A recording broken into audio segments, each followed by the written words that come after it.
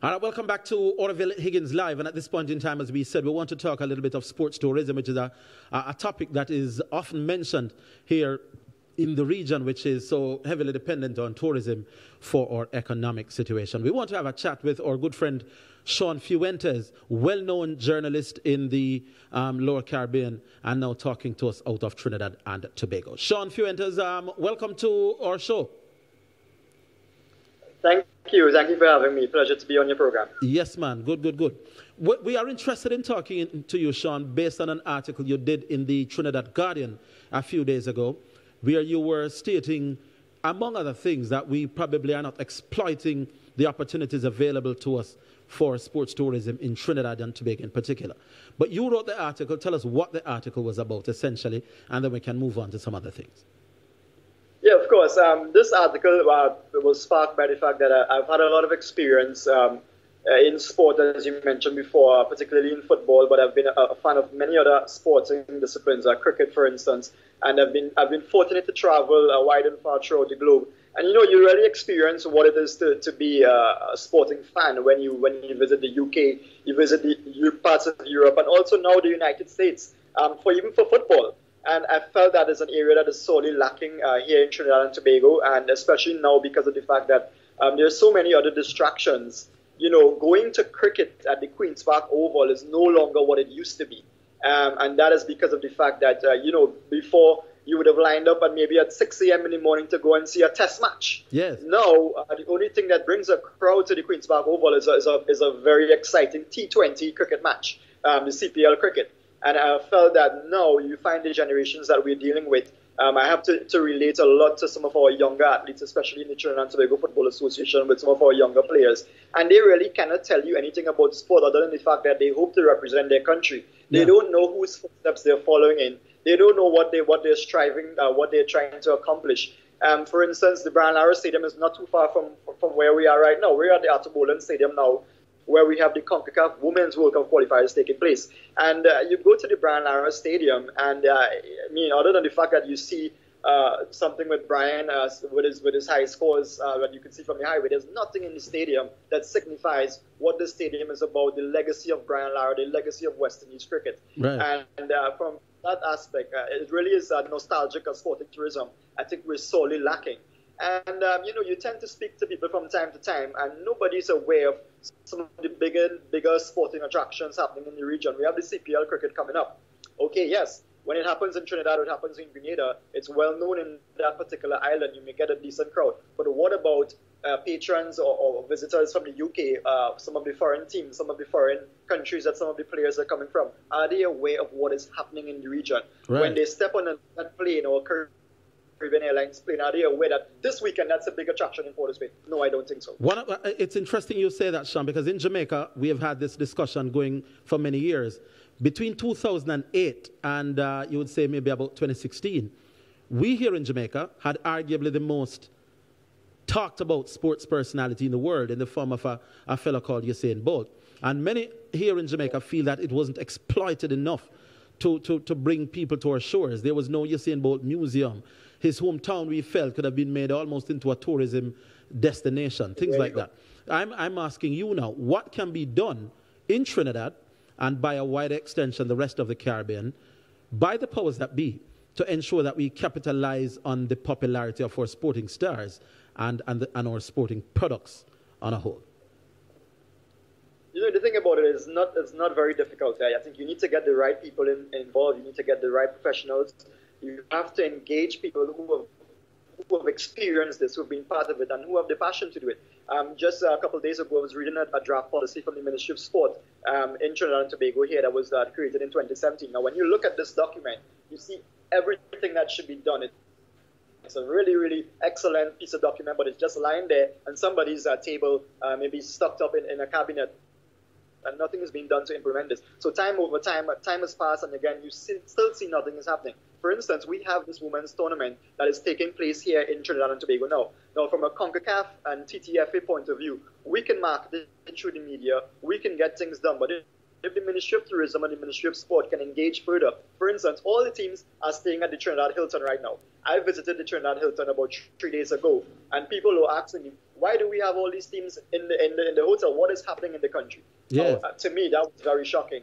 And I think this is where we now need to implement measures where there is a calendar. We must know at least 6 months in advance what is going to take place in this specific city or the specific country, the island.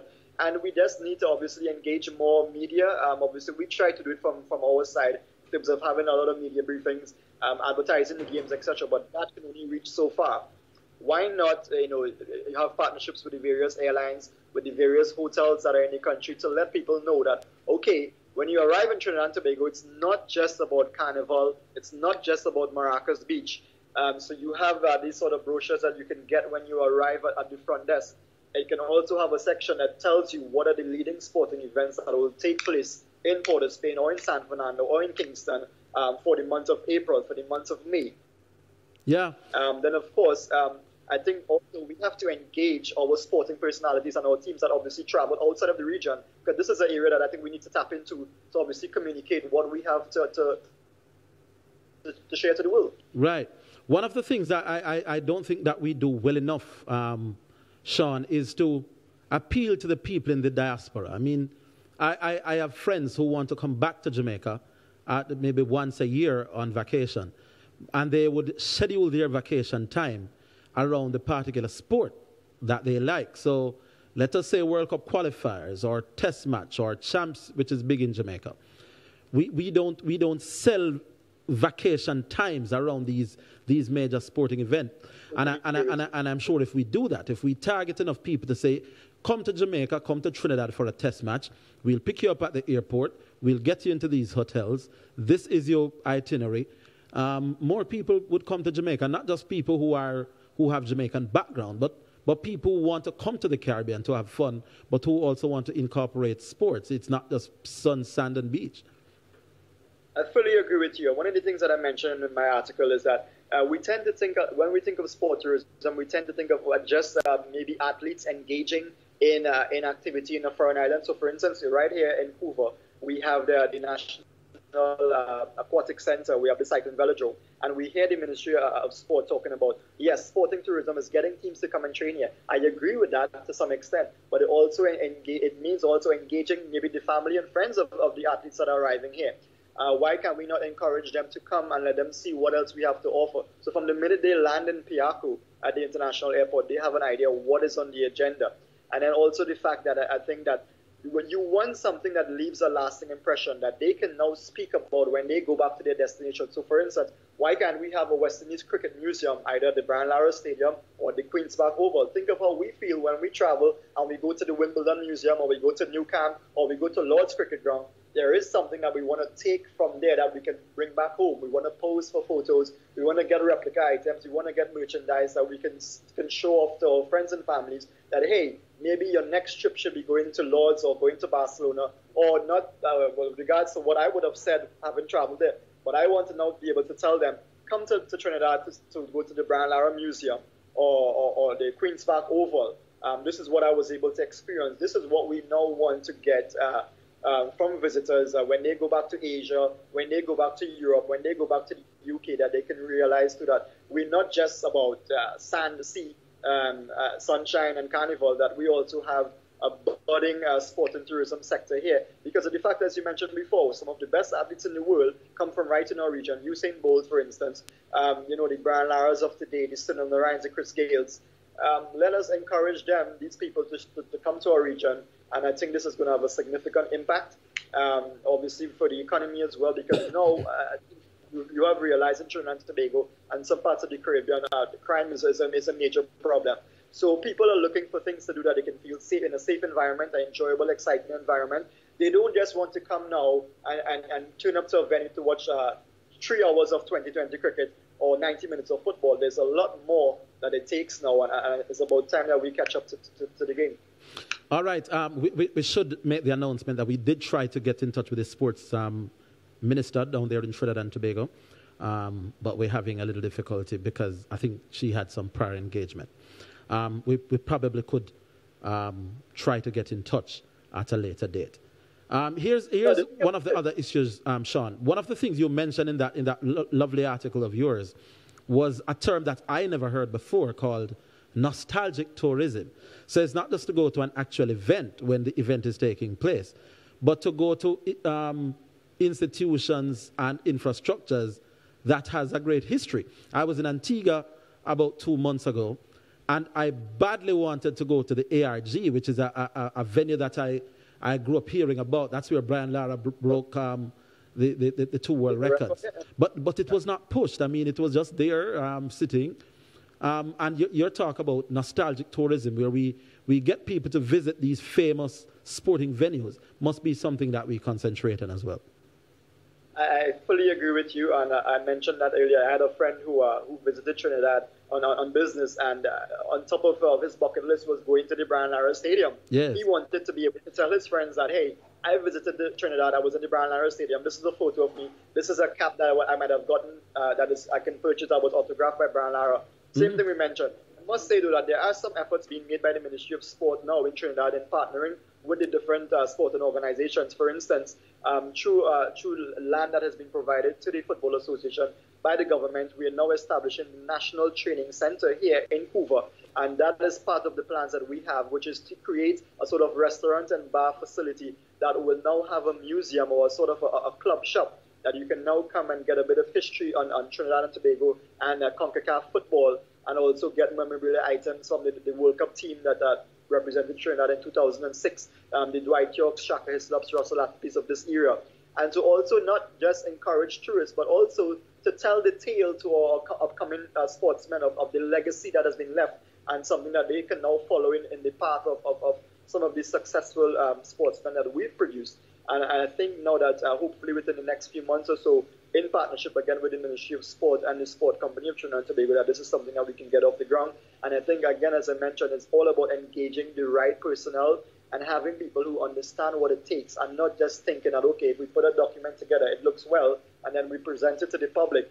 But if you present it to the public and then they're left waiting anxiously to see when this is going to happen, and I can tell you as of today, there is still not anywhere in Port of Spain or San Fernando, Trinidad, that I can show up and get a Brian Lara t-shirt or get a West Indies cap or Keyshawn Walcott memorabilia item. There's nowhere in the country where I can get that. And I constantly have people who write us asking for these sort of things, and I think this is definitely an area that we can tap into. All right, but what role can the athletes themselves play now? We've talked about what the government can do, what the hierarchy can do. Is there any onus that we can put on players themselves to help with this sports tourism thing? What role can they play? Yeah, well, for instance, from our side of it at the Football Association side, we're trying to engage some of our past legends as well as some of our current players, and I think it's just getting them to understand that, yes, there is something in it for them as well, because they're actually marketing, they're going to brand their product and be part of this whole effort. For instance, we can mention what Brian Lara attempted to do during the CPL 2017. There was a building just across the road from the Queen's Park Oval that Brian rented for the 2-week period, where on every match day or even on the non-match days, which is another important segment, we need to focus on sporting tourism on non-event days, non-match days, where people can engage and feel part of the whole nostalgic feel outside of when there are events. And what Brian tried to do was he set up a sort of a museum with a sort of a restaurant and bar setting. It was a bit popular, but I don't think people were aware of what was available there. And maybe this is something that needs to be done year-round and not just around the time of a major event such as the CPL. And it is something that we're trying to do now by explaining and having our athletes understand the importance of it. And it can be from having something at the venues. It could be establishing a museum. And it could be involved them being part of the whole marketing initiative via social media, via mainstream traditional media, by using them for advertisements on, for instance, on some of the Caribbean Airlines, for instance, Caribbean Airlines, Caribbean Passport. This is an avenue that we can use, that when you're in flight and you're just about to touch down into Kingston or Port of Spain, you now see a video description of what are some of the attractions. And for instance, you can have a Brian Lara or a Shaka Hislop or Keyshawn Walcott or a Jareem Richards telling you of what there is the experience in the land of Trinidad and Tobago, Jamaica, Grenada, St. Lucia from a sporting perspective. Wonderful. And as I wrap here, Shaun, one of the things that I touched on it a little bit briefly, our players will have to understand as well that they have almost a duty to sell their own country. Of course, nobody does anything for free. But players sometimes after their playing days or at the height of their career need to buy into the concept that they are not just there to hit a ball or to outrun people, but also in a way to help sell their own country. There has to be a partnership worked out between the players and the powers that be, because ultimately the more tourists come into the region, the better off we all will be. Thank you for talking with us, my boss. Any last words? Yeah, as you mentioned on that point, I think there has to be a proper balance in terms of them understanding what their role is, and also whoever is setting up the arrangement, whether it be the hosting organizations, they need to understand the responsibility, their responsibilities, and understand that, as you said, nothing happens for free. There must be the right balance, and if we get the right people involved, then I think collectively we can increase and boost sporting tourism in the Caribbean. All right, boss. Thank you for taking the time to talk with us, Shaun Fuentes, well-known broadcaster, now the media operations content management for CONCACAF. Thank you for taking the time to talk with us, boss, and we'll keep the link, and maybe this topic needs to be brought up again. Always a pleasure. Thank you. All right, so there we go. And as I was saying earlier, tourism, the more tourists come into the island, it benefits all of us. That dollar, you might not get it directly as an individual, but the more dollars circulate in your own country, then the better off we all will be. Yeah. And one of the things that the Caribbean can do, I can speak for Jamaica, is sports. And in another discussion, in another forum, we could also talk music. It still is strange to me that in the entire island of Jamaica, the most famous country on earth for reggae music, we still don't have a venue owned by the state where people can go for a reggae concert. It boggles me to think that. In the same way that we have a national stadium where people can go to put on a track meet, or Sabina Park where people can go to play a cricket match. But that's for another time. Let's think about it, and let's do our part as the people in the hierarchy watching now to help sports tourism be not only something that we talk about and pay lip service to, but that we consciously try to make it interesting for the people who visit us, who are also interested in sports.